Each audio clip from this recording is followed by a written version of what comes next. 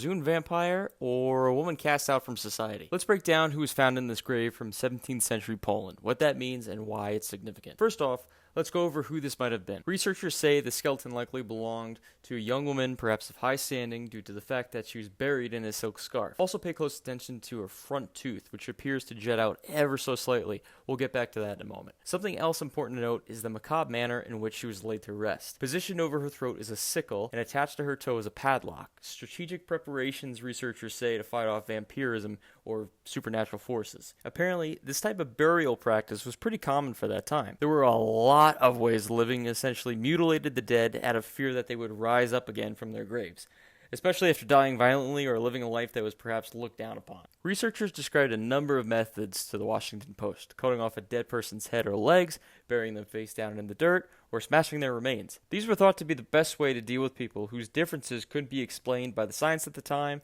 or by religion, or by anything else in this earthly realm.